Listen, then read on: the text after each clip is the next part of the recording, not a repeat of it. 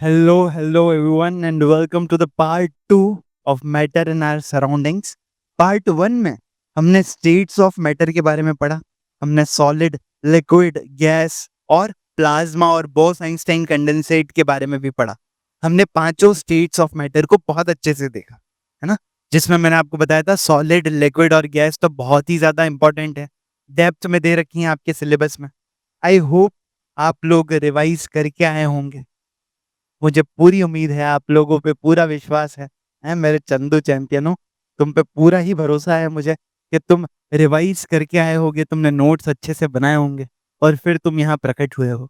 पर नहीं हुए हो, तो फिर ईमानदारी से जाओ, पार्ट 1 को अच्छे से देखो, नोट्स-वोट्स बनाओ, थोड़ा पढ़ो और फिर पार्ट 2 पर आओ। इवन मैंने एक गाइडेंस वीडियो भी बनाया है इससे पहले, जहाँ हम सिलेबस डिस्कशन कर रहे हैं, उसको भी देखो और फिर यहाँ पर आओ, ठीक है? तब आपको बेटर अंडरस्टैंडिंग हो पाएगी पार्ट 2 की। So will begin part 2 matter in our surroundings. हमने सॉलिड, लिक्विड और गैस को डेप्थ में पढ़ा था।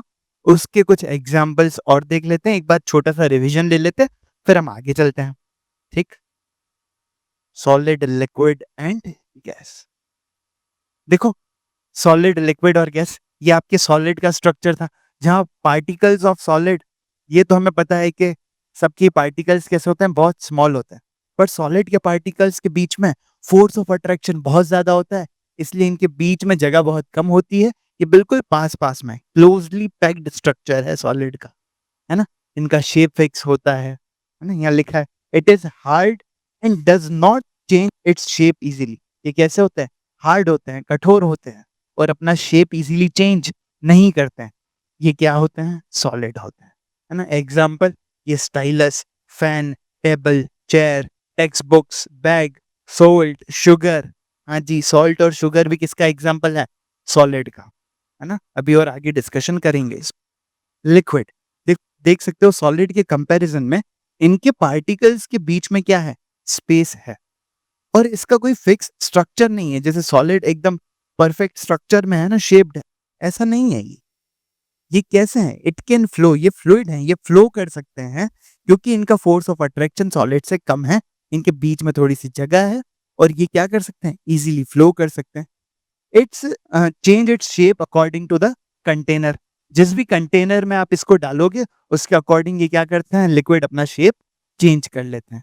आफ्टर दैट गैस, गैसेस कैसी होती हैं? इनके पार्टिकल्स देखो रैंडम मोशन कर रहे हैं, कहीं पर भी मूव कर रहे हैं और इनके बीच में फोर्स ऑफ अट्रैक्शन है ही नहीं, बहुत ही नेग्लिजिबल सा फोर्स ऑफ अट्रैक्शन है, ठीक? और उसकी वजह से इनके बीच में स्पेस बहुत ज़्यादा है। यही एक रीज़न है, ये कंटीन्यूअसली मूव करते हैं ना, इनको जिस भी कंटेनर में रखो, क्या करते हैं? उसका पूरा वॉल्यूम तो ऑक्यूपाई कर ही लेते हैं। इसका वॉल्यूम भी फिक्स नहीं है। लिक्विड का वॉल्यूम तो फिक्स था, भले ही शेप अलग हो जाता था।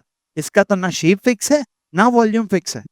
और एक स्पेशल चीज़, जिस भी कंटेनर में आप गैस रखते हो ना, उसकी वॉल्स पर ये क्या क्रिएट करती है? फोर्स लगाती है या प्रेशर लगाती है। देखो, ये पार्टिकल्स रैंडमली मूव करके जो कंटेनर है, उसकी वॉल्स पर भी क्या करते हैं? फोर्स या प्रेशर अप्लाई करते हैं, ठीक है? क्योंकि ये कंटिन्यूअसली मूव कर रहे हैं, एक-दूसरे से भी टकरा रहे हैं, ठीक? और जिस भी कंटेनर में आप रखोगे, ये बहुत इंपॉर्टेंट है, इसलिए मैं 3 बार बोल रहा हूँ इस ये उस वॉल्स पर, उस कंटेनर की वॉल्स पर क्या एक्सर्ट करते हैं? प्रेशर या फोर्स एक्सर्ट करते हैं। It has no fixed shape and often spreads out to fit its container. That means इसका वॉल्यूम भी फिक्स नहीं है। ये थे आपके सॉलिड, लिक्विड और गैस। सर, ये हमें बहुत अच्छे से समझ आ चुके हैं। तो फिर जल्दी से मुझे बता दो, कुछ एग्जांपल्स हैं आपके सामने। सबसे पहले टेक्स्ट बुक्स, सॉलिड है, लिक्विड है या गैस है? सर, सॉलिड है। मिल्क, मिल्क कैसा है? अगर इस बॉटल की बात करते तो सॉलिड था, पर मिल्क कैसा है? लिक्विड है। Air from air dryer, hair dryer तो सॉलिड है, पर air from the hair dryer is gas. Then come to the bag, bag कैसा है? इसका शेप तो सर चेंज हो जाता है, हम ऐसे मोड़ भी देते हैं हमारा बैग, तो कभी कभी तो हम फाड़ भी देते हैं, है ना? तो शेप तो चेंज हो जाता है, तो ये सॉलिड कैसे है? देखो, बैग सॉलिड है, शेप चेंज हो जा रहा है क्योंकि उसके स्ट्रक्चर की वजह से। जैसे मैंने बात करी थी स्पॉन्ज की, स्पॉन्ज को अगर आप उसको प्रेस करोगे, कंप्रेस करोगे, तो वो भी अपना शेप चेंज कर लेता है। पर उसका स्ट्रक्चर कुछ ऐसा है, आपने देखा होगा, स्पॉन्ज के बीच में क्या होते हैं? उसके बीच में ना छोटे-छोटे बहुत सारे पोर्स होते हैं, जिसके अंदर एयर भरी हुई होती है।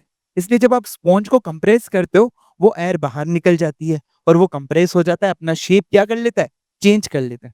पर जैसे ही वो एक्सटर्नल फोर्स जो आपने उस पे अप्लाई किया है वो हटा देते हो, वो फोर्स जैसे ही हटाओगे, स्पॉन्ज उसके रियल शेप में आ जाएगा। उन पोर्स में वापस से क्या आ जाएगी, एयर आ जाएगी। तो जब भी एक्सटर्नल फोर्स हटा देने के बाद वो एक्चुअली में उसका जो शेप था वो वापस क्या आ जाता है, उसे ही रिगेन कर लेता है। इसलिए वो भी क्या है, एक सॉलिड है। ये तो उसका स्ट्रक्चर ऐसा है कि आप उसको कंप्रेस करते हो तो दब जाता है ना? तो वो भी क्या है, स्पॉन्ज भी एक सॉलिड है। ये बैग भी क्या है आपका, सॉलिड है। और भी कुछ एग्जांपल हैं, शुगर और सॉल्ट पार्टिकल्स। सर, सॉल्ट को तो मैंने देखा है मम्मी एक डब्बे से दूसरे डब्बे में रखती है, पैकेट से निकाल कर डब्बे में रखती है तो उसका शेप ले लेता है। तो ये भी तो कंटेनर के अकॉर्डिंग अपना शेप चेंज कर रहा है। तो फिर ये सॉलिड कैसे है? या इसकी डेफिनेशन सॉलिड से क्यों अलग जा रही है? देखो, हम जो बात कर रहे हैं ना वो सॉल्ट के या शुगर के एक कण की, एक पार्टिकल की बात कर रहे हैं। वो एक कण या वो जो एक पार्टिकल है ना, उसका शेप फिक्स है। आपने देखा है वो शुगर का एक पार्टिकल वो क्यूब शेप का जो होता है, उसकी बात कर रहे हैं। उसका तो शेप क्या है, फिक्स है ना। वो किसी भी कंटेनर में आएगा उसी शेप का आएगा। वो छोटा सा पार्टिकल भी बहुत सारे पार्टिकल से मिलकर बना है। Is that clear? I hope आपको ये चीज क्लियर हो, है ना? इसलिए सॉल्ट और शुगर भी क्या है, अपने आप में सॉलिड है। स्टीम, अगर मग की बात करते तो उसके अंदर जो टी पड़ी है उसकी बात करते तो कुछ और होती स्टेट, पर हम स्टीम की बात कर रहे हैं। स्टीम कैसा है, gaseous state. Wooden desk, solid. Water कैसा हो गया, liquid. Is that clear to you? है ना, वाटर जार सॉलिड है, वाटर लिक्विड। ये था आपका सॉलिड, लिक्विड एंड गैस। इसके बाद आगे हम चलते हैं एक और इम्पॉर्टेंट टॉपिक पर, जो है आपका diffusion. Now what is diffusion, है ना? डिफ्यूजन क्या होता है, जब दो डिफरेंट टाइप के मैटर के पार्टिकल इंटरमिक्स हो जाते हैं ऑन देयर ओन। मतलब एक एग्जांपल से समझो, ऐसे डेफिनेशन से क्लियर नहीं हो रहा है तो एक बार एग्जांपल ले लो। हमने एक परफ्यूम बॉटल ली, उस परफ्यूम को मैं इस कॉर्नर पे स्प्रे करूं, उसके जो पार्टिकल्स होंगे वो एयर के साथ मिक्स होकर पूरे रूम में क्या हो जाएंगे, स्प्रे। तो उसकी स्मेल दूर तक आएगी, यस और no?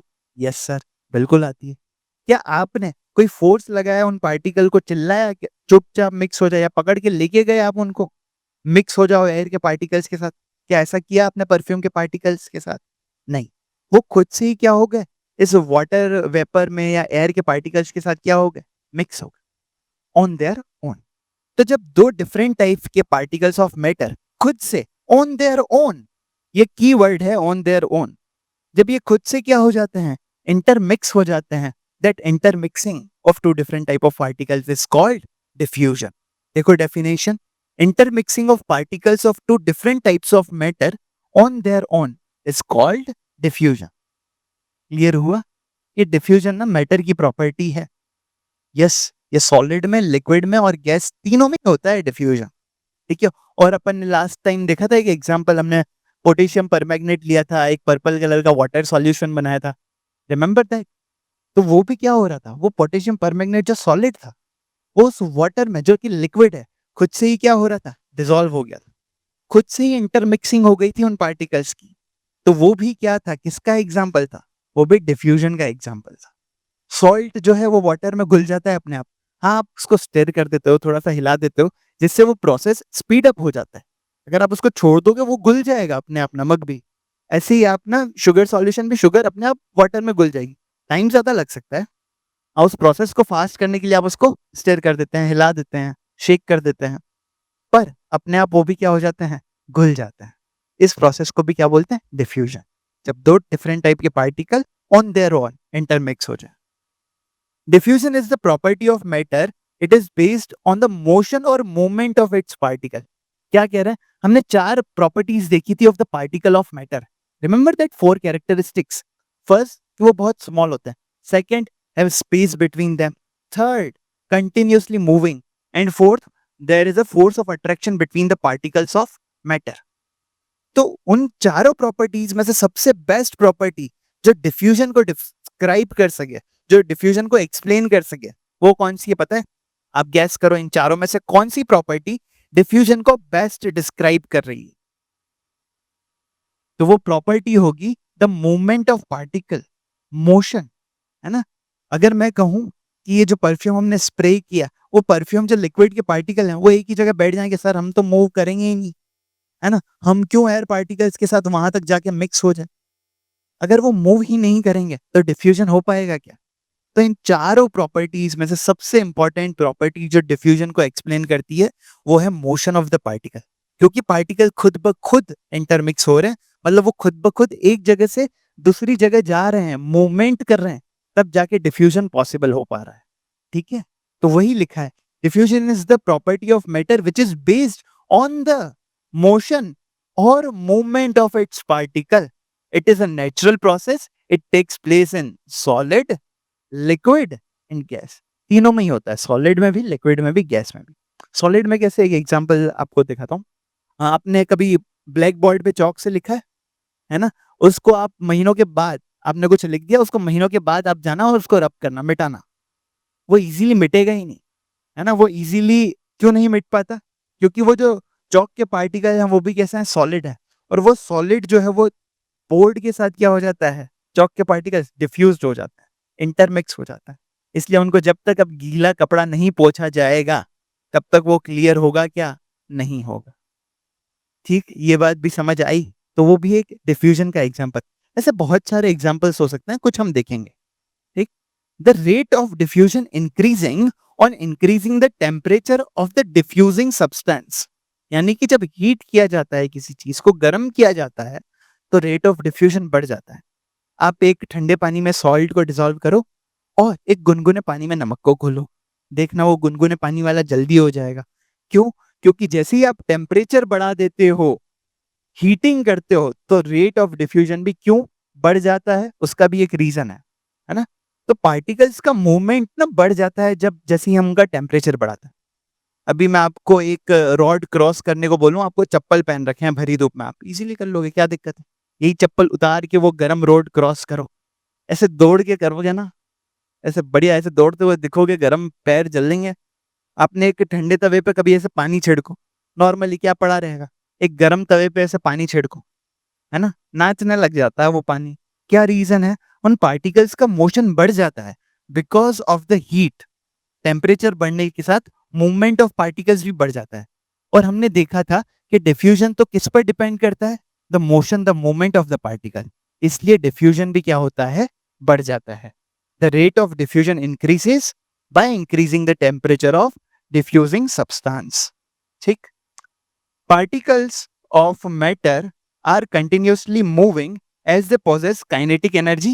With the increase of temperature, kinetic energy of particle also increases, so particles move faster.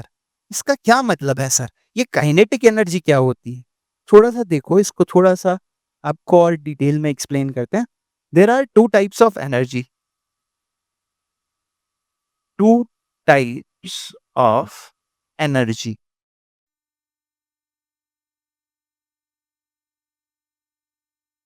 एक होती है काइनेटिक एनर्जी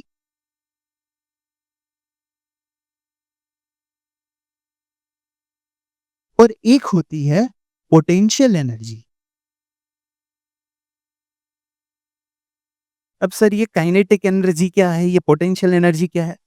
तो एनर्जी प्रोसेस due to the motion of the particle.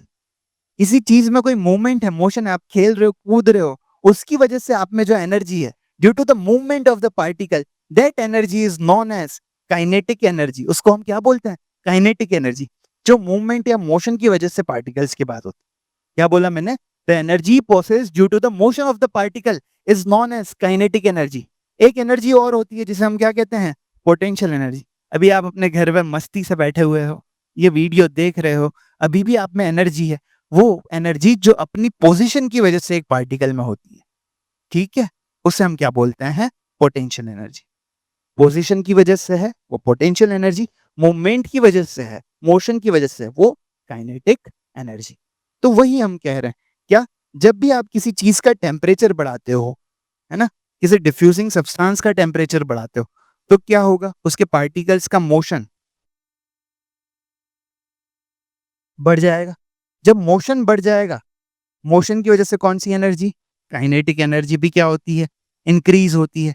Temperature increase किया, हीटिंग करी, मोशन बढ़ा, particles का kinetic energy बढ़ी, और इसकी वजह से रेट ऑफ डिफ्यूजन भी क्या होगा? रेट ऑफ डिफ्यूजन ये भी क्या होता है? इंक्रीज हो जाता है। तो हम क्या कह रहे हैं? जब भी आप पार्टिकल का टेम्परेचर बनाओगे, उसका मोशन बढ़ेगा जिससे उसकी काइनेटिक एनर्जी बढ़ेगी और जिस वजह से रेट ऑफ डिफ्यूजन भी क्या होगा? इंक्रीज हो जाएगा, इंक्रीज हो जाएगा। ठीक है? इसका एक एग्जाम्पल लेते हैं। देखो, आई होप ये चीज आपको क्लियर हो। एक एग्जाम्पल से समझो इसको। The smell of food being cooked in the kitchen reaches us even from a considerable distance. जब गर्मा गर्म खाना बन रहा होता है आपका फेवरेट वाला, तो उसकी स्मेल आप देखना कि गेट के बाहर तक आ जाती है। कंसिडरेबल डिस्टेंस, काफी दूरी के बाद भी आपको उसकी स्मेल आ जाती है ना? जब भी गर्मा गर्म खाना बन रहा होता है तो आप बाहर तक स्मेल आती है। कैसे आ पाती है? क्योंकि टेम्परेचर ज्यादा होता है जब खाना कुक्ड हो रहा होता है, और बनते हुए खाने की, गरम-गरम खाने की स्मेल दूर तक आती है, क्योंकि ये जो स्मेल के पार्टिकल हैं, जो उसकी स्मोक के पार्टिकल हैं, ये डिफ्यूज़ हो जाते हैं किसके साथ? एयर के पार्टिकल्स के साथ, और आप तक पहुँच जाते हैं, है ना? तो रेट ऑफ डिफ्यूज़न इंक्रीज़ हो जाती है जब आप क्या करते हो? उसकी टेम्परेचर को इंक्रीज़ करते हो, क्योंकि मूवमेंट ऑफ पार्टिकल यानी कि काइनेटिक एनर्जी बढ़ जाती है ना? इसकी जगह अगर ठंडा खाना होता ना, तो आपको उसके पास तक जाना पड़ता उसकी स्मेल लेने के लिए। ठीक? पर अगर गरमा-गरम खाना बन रहा है, उसकी स्मेल दूर तक आ जाती है। ठीक? एक और एग्ज़ाम्पल डिफ्यूज़न का, ये परफ्यूम हमने लिया था एग्ज़ाम्पल, है ना? जैसे आप इसको स्प्रे करते हो, तो ये जो पार्टिकल्स हैं, ये एयर के साथ खुद ब खुद इंटरमिक्स हो जाते हैं। So this is also an example of diffusion. तो आई होप आपको डिफ्यूज़न क्लियर हुआ होगा, है ना? ये डिफ्यूज़न के कुछ एग्ज़ाम्पल थे, और किस पे डिपेंड करता है diffusion? Movement of the particles. और वो मूवमेंट ऑफ द पार्टिकल्स किस पे डिपेंड कर रहा है? जैसे ही टेम्परेचर बढ़ाओगे, काइनेटिक एनर्जी बढ़ जाएगी, पार्टिकल्स का मोशन बढ़ जाता है, तो रेट ऑफ डिफ्यूज़न भी क्या होगा? इंक्रीज़ हो जाएगा। ये था डिफ्यूज़न, बहुत ही इम्पोर्टेंट है। इसके बाद अगर इतना हो गया है, तो हम आगे चल सकते हैं। Is that clear to you? एक बार अच्छा स्क्रीनशॉट्स भी ले लो, आपको नोट्स भी तो बनाने होंगे। ये डिफ्यूज़न, स्क्रीनशॉट ले लो इसका।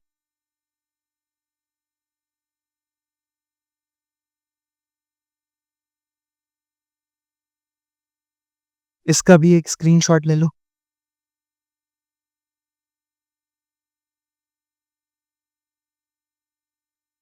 ठीक?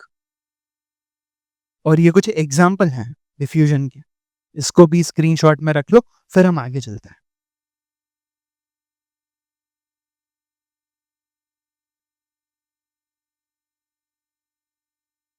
सो आई होप आपको ये टॉपिक बहुत ही अच्छे से क्लियर होगा।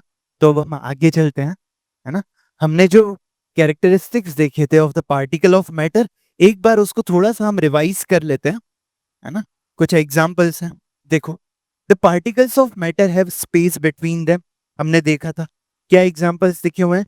Gas can be compressed a lot because of the space between their particles. हमने बात करी थी, क्योंकि गैस के पार्टिकल्स के बीच में बहुत ज़्यादा स्पेस है, उसकी वजह से ना उसके 1-2 कुछ स्पेशल कैरेक्टरिस्टिक्स हैं, कुछ बेहतरीन प्रॉपर्टीज़ हैं। उसमें से सबसे पहली ये है, क्या? कि उनको हम बहुत ज़्यादा कंप्रेस कर सकते हैं।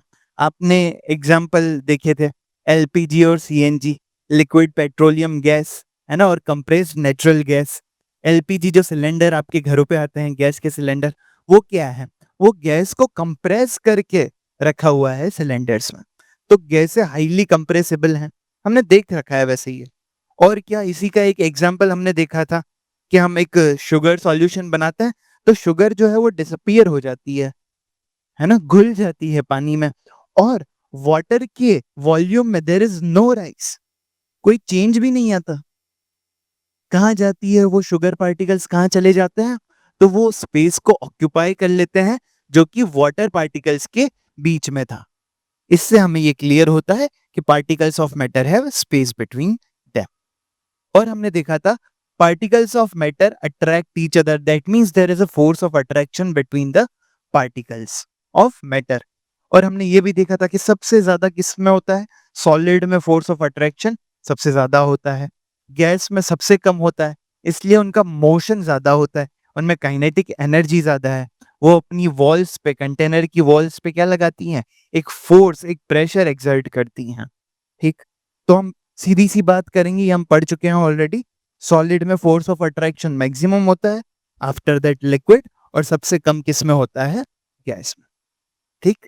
तो ये एक कंप्लीट रिवीजन होता है आपकी इस पूरे मैटर और उसके पार्टिकल्स की प्रॉपर्टीज का। इसी को लेकर हम आगे चलने जा रहे हैं हमारे नए टॉपिक पे, which is which is change of state of matter, change in state of matter, है ना? मतलब एक स्टेट से दूसरी स्टेट में सेम मैटर का चेंज करना। एक एग्जांपल से समझते हैं। हमारे पास वाटर है, वाटर हमने तीनों स्टेट में देखा है। जब वाटर ना सॉलिड के शेप में होता है वो आइस होता है। जब आइस का हम टेम्परेचर बढ़ा देते हैं तो वो किस में चेंज हो जाती है? लिक्विड में चेंज हो जाती है। अच्छा, उसी लिक्विड जो कि क्या बन जाता है? वाटर, उसका टेम्परेचर और राइज करो और टेम्परेचर बढ़ाओ, आप देखोगे वाटर किस में चेंज हो गया? वाटर वेपर में, स्टीम में चेंज हो गया। वो कौन सी स्टेट आ गई? गैस। मतलब same type of matter, solid, liquid और गैस, तीनों ही स्टेट में रह पा रहा है। इसे ही हम बोलते हैं, यही जो इंटर कन्वर्जन है स्टेट्स का आपस में, उसे ही हम बोलते हैं change in state of matter. देखो क्या लिखा है, एक बार पढ़ लेते हैं।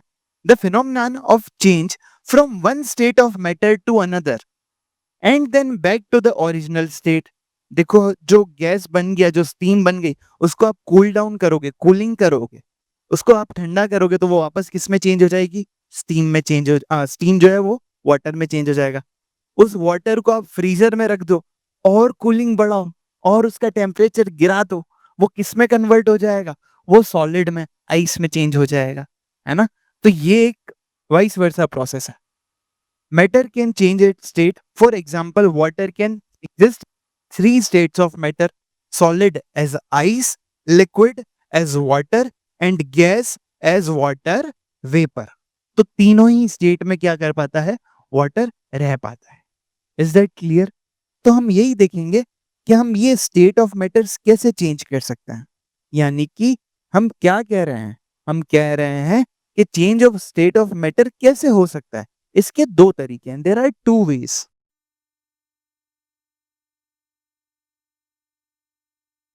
कौन कौन से दो तरीके हैं? देखो, first, by changing the temperature.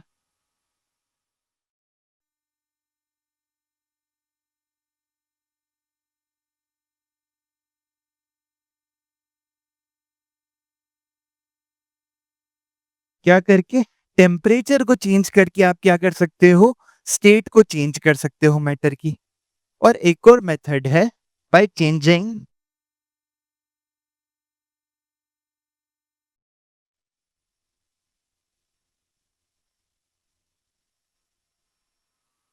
Changing the pressure. आप प्रेशर को भी चेंज करके स्टेट ऑफ मैटर को चेंज कर सकते हो। देखो चेंज करोगे क्या? टेम्परेचर में आप क्या ही कर सकते हो? दो ही चीजें पॉसिबल है ना, हम दो ही तो चीजें कर सकते हैं। हम क्या कर सकते हैं? या तो हम टेम्परेचर को इंक्रीज कर सकते हैं या फिर डिक्रीज कर सकते हैं। सिमिलरली प्रेशर में भी हम क्या कर सकते हैं? या तो प्रेशर को हम इंक्रीज कर सकते हैं या डिक्रीज कर सकते हैं। तो टेम्परेचर को इंक्रीज करके या डिक्रीज करके, हमने देखा था ना हीटिंग और कूलिंग करके हम कैसे वाटर को चेंज कर पा रहे थे। तो या तो आप टेम्परेचर को इंक्रीज कर सकते हो या डिक्रीज कर सकते हो। प्रेशर में भी सेम है, या तो आप प्रेशर को इंक्रीज कर सकते हो या फिर आप प्रेशर को डिक्रीज कर सकते हो। तो यही चीजें हैं जो करके आप क्या कर पाओगे? चेंज कर पाओगे मैटर के स्टेट को। देखो इसमें जो मोस्ट इंपॉर्टेंट है वो तो ये है ना, बाय चेंजिंग द टेम्परेचर। इस पे क्वेश्चंस बनते हैं बहुत सारे, और बाय चेंजिंग प्रेशर के भी कुछ एग्जांपल है, वो हम देख लेंगे। बाय चेंजिंग द टेम्परेचर से हम स्टार्ट करते हैं इसको और देखते हैं कि टेम्परेचर चेंज करके हम मैटर के स्टेट को कैसे चेंज कर सकते हैं, है ना? सॉलिड को कैसे लिक्विड में, लिक्विड को कैसे गैस से, गैस से सीधा सॉलिड में, ऐसी सारी चीजें पॉसिबल है। ये सब हम देखेंगे। उसके पहले जब हम टेम्परेचर पढ़ने ही जा रहे हैं तो हमें टेम्परेचर के बारे में भी कुछ पता होना चाहिए। टेम्परेचर क्या बताता है? क्या होता है टेम्परेचर? बताओ, चंदू चैंपियन हो। टेम्परेचर क्या होता है? टेम्परेचर बताता है डिग्री ऑफ हॉटनेस और कोल्डनेस। कोई चीज कितनी गर्म है, कितनी ठंडी है, ये कौन बताता है? टेम्परेचर। टेम्परेचर की यूनिट क्या होती है? Unit of temperature. देखो हम ना जनरली डिग्री सेल्सियस में टेम्परेचर को देख रहे होते हैं। सर हमने एक यूनिट फ़ारेनहाइट भी सुनी है। हम सर केल्विन में भी देख रहे होते हैं टेम्परेचर को। सही बात है। ये सब किसकी यूनिट्स हैं? टेम्परेचर्स की यूनिट है। तो टेम्परेचर की ये 3-4 और भी यूनिट्स है टेम्परेचर की, है ना? पर आपका इन 2-3 यूनिट से काम चल जाता है। जो most popular, most common unit है वो कौन-सी है? Degree Celsius. ये जो केल्विन है ना, ये स्टैंडर्ड यूनिट है। ऐसा ही यूनिट है क्या कह रहे हैं? ऐसा ही यूनिट, ऐसा ही यूनिट ऑफ टेम्परेचर, ऐसा unit of temperature is kelvin. किससे डिनोट करते हैं केल्विन को? ये से। ठीक, तो केल्विन स्टैंडर्ड यूनिट है। पर सर हमने तो देखा है सबसे कॉमन यूनिट कौन सी है? Degree Celsius. हम जनरली डिग्री सेल्सियस में ही बातें कर रहे होते हैं, है ना? तो इसलिए एक बहुत ही इंपॉर्टेंट चीज आती है कि हमें डिग्री सेल्सियस को केल्विन में और केल्विन को डिग्री सेल्सियस में कन्वर्ट करना आना चाहिए। वो आपके सिलेबस में भी है। तो इसके लिए आप समझो कि जो जीरो डिग्री, 0 डिग्री सेल्सियस होता है वो किसके इक्वल होता है? 273.15 केल्विन के इक्वल होता है। 0 डिग्री सेल्सियस किसके इक्वल होता है? 273.15 केल्विन के। मतलब अगर 1 डिग्री है तो फिर वो कितना हो जाएगा बताओ? एक ऐड कर दो इसमें और 274.15 केल्विन। अगर मान लो 2 है तो कितना हो जाएगा? 275.15 केल्विन। अगर मान लो 5 है तो कितना हो जाएगा? इसमें 5 ऐड कर दो और कुछ नहीं, 278.15 केल्विन। समझ आया? तो कुछ नहीं करना है। जो भी डिग्री सेल्सियस में आपको दे रखा है टेम्परेचर, उसमें क्या ऐड कर दो? 273 को ऐड कर दो। एक्चुअली में तो 273.15 ऐड करना चाहिए, पर कैलकुलेशंस को ईज़ी करने के लिए हम क्या ऐड कर देते हैं उसमें? सिर्फ 273। ये जो 0.15 लिखा है ना, इसको हम एलिमिनेट कर देते हैं, बिकॉज़ हम क्या कर पाएँ? कैलकुलेशंस को थोड़ा-सा ईज़ी कर पाएँ, आसान कर पाएँ। तो इसको देखो मैं जनरलाइज़ करके एक फ़ॉर्मूला बना देता हूँ, तो आपको बहुत ईज़ी हो जाएगा याद करने या लिखने में।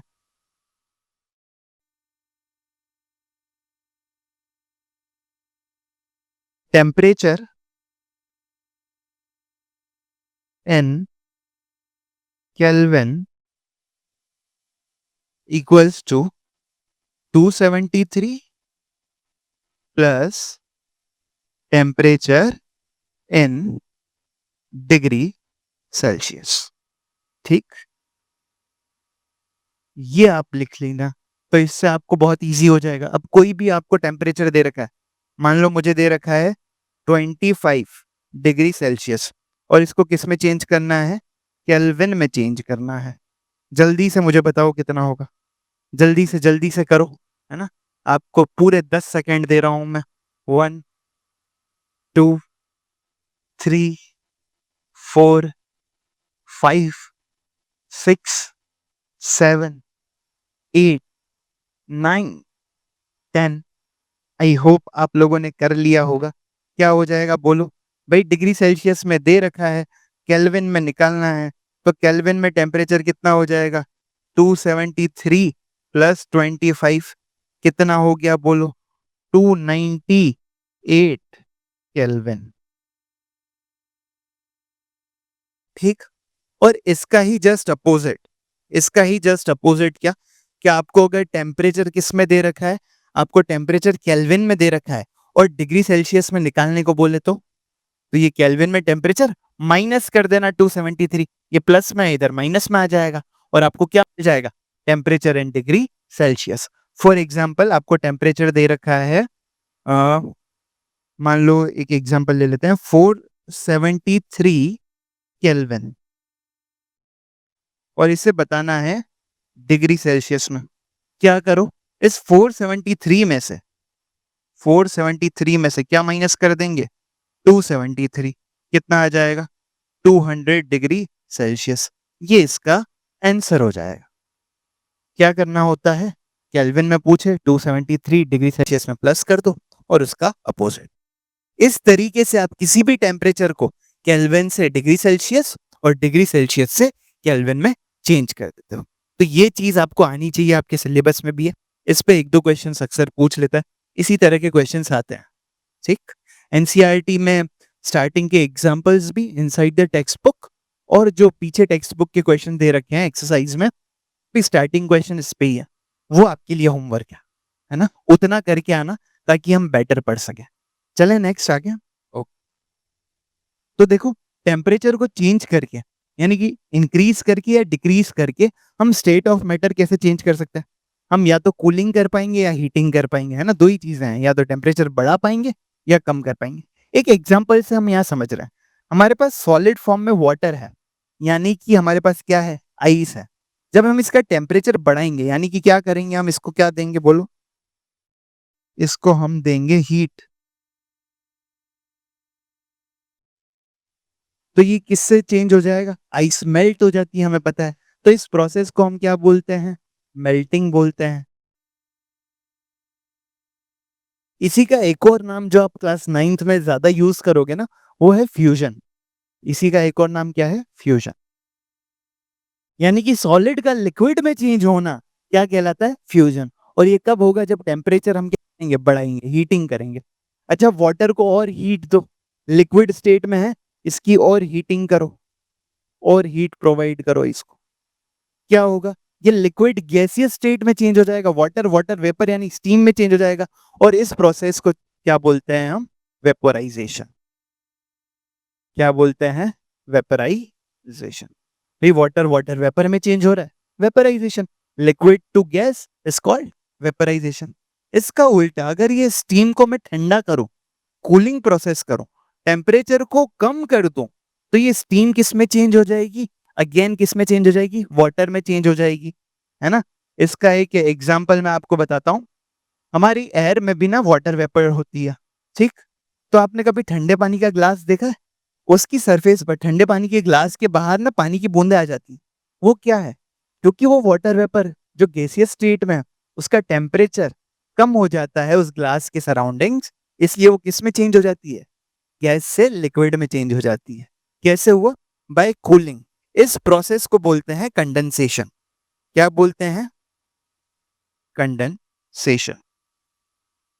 This process is known as condensation, from changing gas to liquid. अच्छा, ये जब लिक्विड फ्रीज होके सॉलिड में चेंज हो जाता है, तो इसको हम क्या बोलते हैं, एक तो इसका नाम है फ्रीजिंग। ये भी कब होगा मुझे बताओ, ये भी कैसा करने पर होगा, कूलिंग प्रोसेस के थ्रू ही होगा ना ये भी। और इसी का एक और नाम है जो आप 9th में ज्यादा यूज करोगे, वो है सॉलिडिफिकेशन,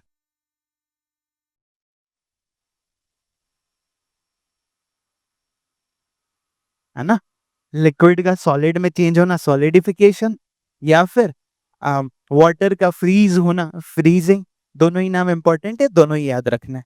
तो ये कुछ प्रोसेस है, ये कुछ नाम है जो हमें याद रखना हो, थोड़ी सी प्रैक्टिस लगेगी, बहुत इजीली नाम याद हो जाएंगे, है ना। और एक और प्रोसेस होता है, कभी कभी क्या होता है ना, कुछ ऐसे मैटर भी हैं, कुछ ऐसे सब्सटेंस है जो सीधा सॉलिड से किस में चेंज हो जाते हैं, गैसियस स्टेट में चेंज हो जाते हैं। जैसे उनको हीट करो, वो सॉलिड से सीधा किस में चेंज होंगे, गैस में। इस सॉलिड से सीधा गैस में जाने को बोलते हैं हम सब्लिमेशन। क्या बोलते हैं, सब्लिमेशन।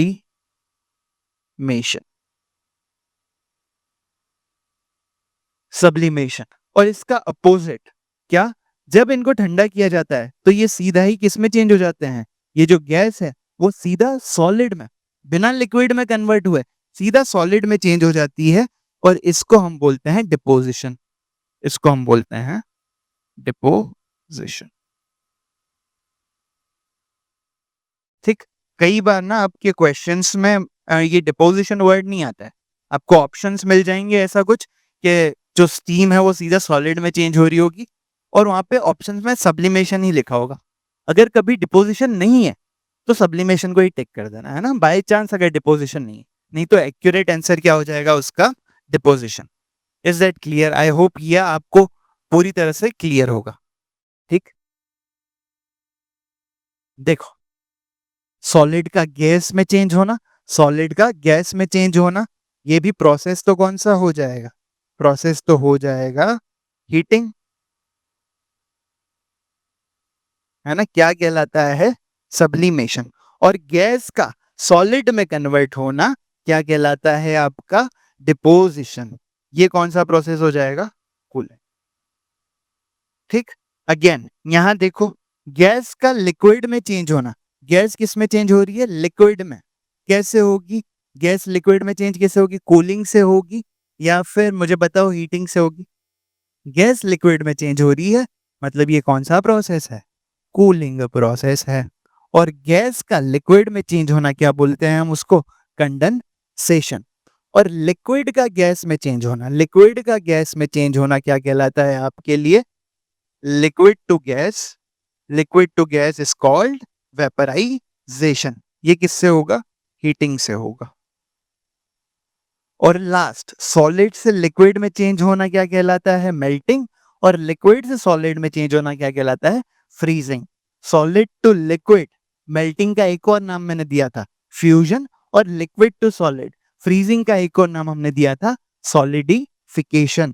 तो ये एक बहुत ही इंपॉर्टेंट ट्राइंगल है आपके लिए, है ना?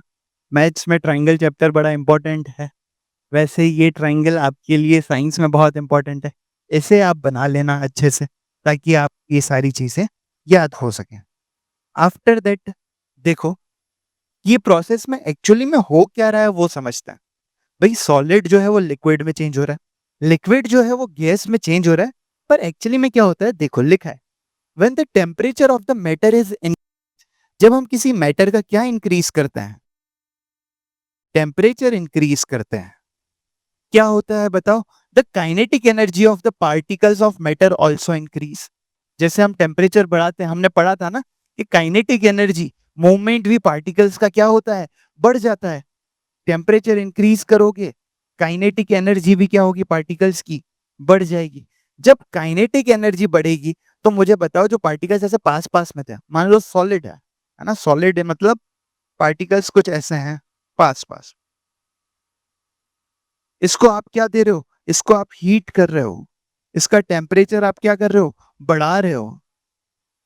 तो क्या होगा मुझे बताओ? ये पास पास में जो फोर्स ऑफ अट्रैक्शन में थे, जो वाइब्रेट कर रहे थे, इनका मोशन बढ़ने लग जाता है, काइनेटिक एनर्जी इंक्रीज हो जाती है, जिसकी वजह से इनका मूवमेंट बढ़ जाता है। और उसी वजह से आप बताओ, एक चीज और होगी, इनके बीच का फोर्स ऑफ अट्रैक्शन क्या हो जाएगा? कम हो जाएगा। कि अब तो हमें खेलना कूदना है, अब तो हमें एनर्जी आ गई, हम कैसे बैठ सकते हैं? तो ये फोर्स ऑफ अट्रैक्शन को क्या करते हैं? ब्रेक कर देते हैं। यही फोर्स ऑफ अट्रैक्शन क्या हो जाता है? कम हो जाता है। जैसे ही फोर्स ऑफ अट्रैक्शन कम होगा, मुझे बताओ इसके बीच का स्पेस बढ़ेगा? भाई इसके बीच में अभी फोर्स ऑफ अट्रैक्शन है, ये कम होगा, ये इसको तोड़ रहा है। और इसके बीच का स्पेस क्या हो रहा है? देखो ये ऐसे ऐसे स्पेस बढ़ रहा है, क्योंकि इसको मूव करना है, जगह चाहिए। तो जैसे ही ये स्पेस बढ़ाते हैं, स्पेसेस क्या होते हैं इनके बीच के? इंक्रीज होते हैं। तो आप देख सकते हो, ये तो कौन सी स्टेट हो गई? सॉलिड। और ये किस में चेंज हो गया?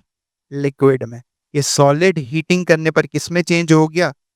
मैं लिख सकता हूं, solid, solid to liquid. Solid किस में चेंज हो गया? लिक्विड। इसी की मैं और हीटिंग करूं अगर, तो इसी को मैं अगर और हीट प्रोवाइड करूं तो क्या होगा? इसको और हीट करने पर क्या ये पार्टिकल्स और दूर दूर नहीं हट जाएंगे? बताओ, इनकी काइनेटिक एनर्जी और बढ़ जाएगी। और ये किस में चेंज हो जाएंगे? ये चेंज हो जाएंगे गैस में। ये किस में चेंज हो जाएंगे? गैस में। तो सॉलिड से लिक्विड और लिक्विड से गैस, ये मैं क्या बोल सकता हूं इस प्रोसेस को? कि ये लिक्विड से किस में चेंज हो गए? गैस। कैसे हुआ समझ आया? क्योंकि पार्टिकल्स को आपने क्या दिया? टेम्परेचर दिया, इनके बीच की इनकी पार्टिकल्स की काइनेटिक एनर्जी बढ़ गई, इनके बीच का फोर्स ऑफ अट्रैक्शन कम हो गया, और इनके बीच की स्पेस बढ़ गई। और ये किस में चेंज हो गए? ये चेंज हो गए गैस में। ये पूरा प्रोसेस है जो वो है हीटिंग प्रोसेस, है ना? हीटिंग प्रोसेस के बारे में अभी हमने पढ़ा। ठीक। इसका अपोजिट भी तो हो सकता है। देखो, कूलिंग प्रोसेस में क्या होता है?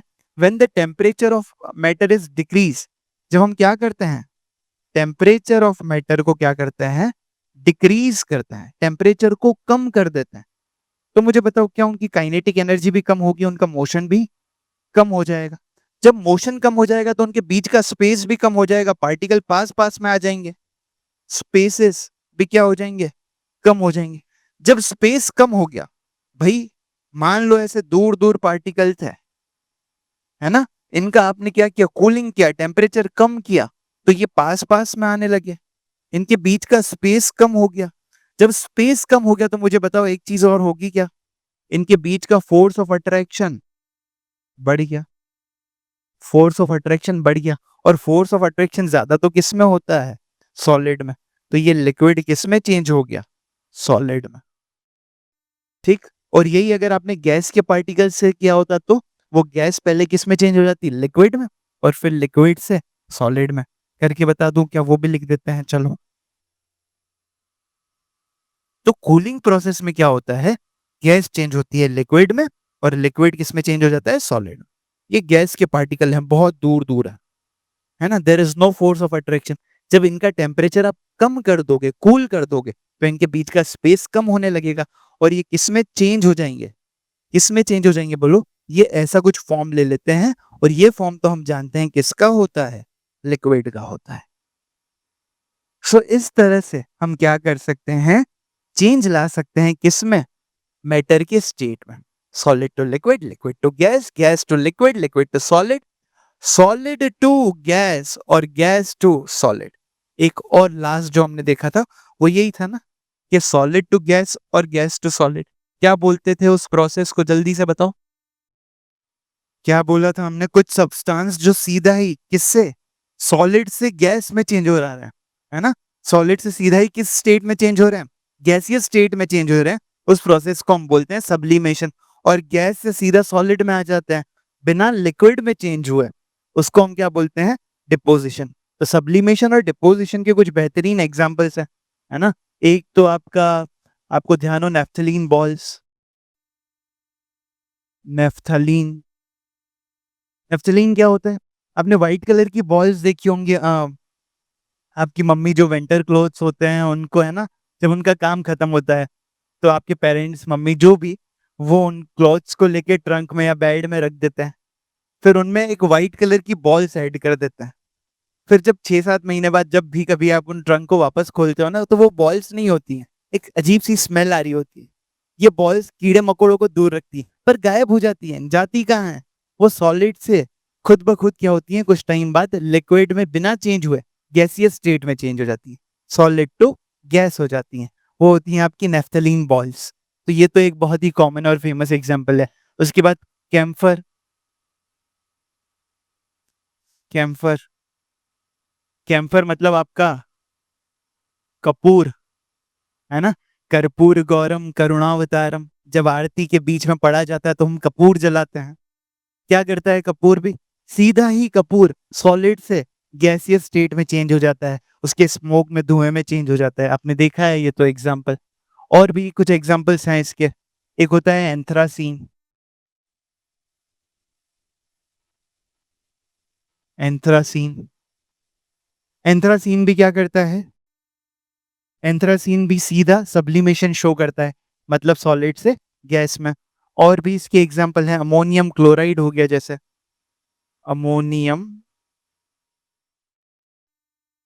क्लोराइड, अमोनियम क्लोराइड भी सब्लिमेशन शो करता है। और भी कई एग्जाम्पल्स तो कई हो सकते हैं, आयोडीन एक अच्छा एग्जाम्पल है, आयोडीन भी क्या शो करता है, सब्लिमेशन शो करता है। तो ये कुछ एग्जाम्पल हैं, naphthalene, camphor, anthracene, ammonium chloride, iodine, ये सब भी क्या करते हैं, ये सब भी किस प्रोसेस को दिखाते हैं, सब्लिमेशन को, यानी कि ये सीधे ही सॉलिड से गैसियस स्टेट में चेंज हो जाते हैं। ठीक, तो आई होप आपको ये समझ आया होगा, change in state of matter by changing in temperature. क्या करके, टेम्परेचर को चेंज करके आप स्टेट ऑफ मैटर को कैसे चेंज कर सकते हो, ये हमने देखा। अब इस चैप्टर में आगे हम देखेंगे कि प्रेशर को चेंज करके हम कैसे स्टेट चेंज कर सकते हैं मैटर का। उसका एक बिल्कुल सिंपल सा एक पिस्टन वाला डायग्राम आपके बुक में बना है, वो होमवर्क आप पढ़ के आओगे। ठीक है, उसको मैं थोड़ा सा एक्सप्लेन कर दूंगा, आपको क्लियर हो जाएगा। आफ्टर दैट हम इसमें ना इवोपरेशन, लेटेंट हीट, ऐसे अच्छे कॉन्सेप्ट्स जो बाकी हैं उसको कवर करेंगे। उसको हम पार्ट 3 में कवर कर रहे होंगे। आज के लिए इतना सफिशिएंट है, इनफ है आप लोगों के लिए। तो इसके नोट्स अच्छे से बनाना, है ना? पढ़ते रहना, स्क्रीनशॉट आपको लेने हैं, तो मैं रोक देता हूँ 1-1 सेकंड। कहाँ से देखेंगे आप? Change in state of matter से देख लो, ठीक? ले लो इनके स्क्रीनशॉट्स।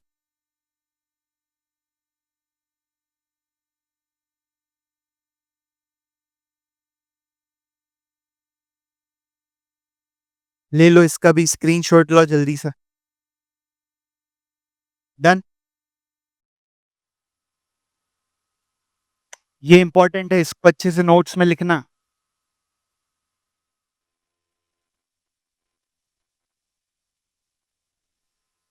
डन? ये रहने दो और आप सीधा ये ट्रायंगल बना लेना, इसको नोट कर लो और ये एग्जांपल्स भी लिख लेना।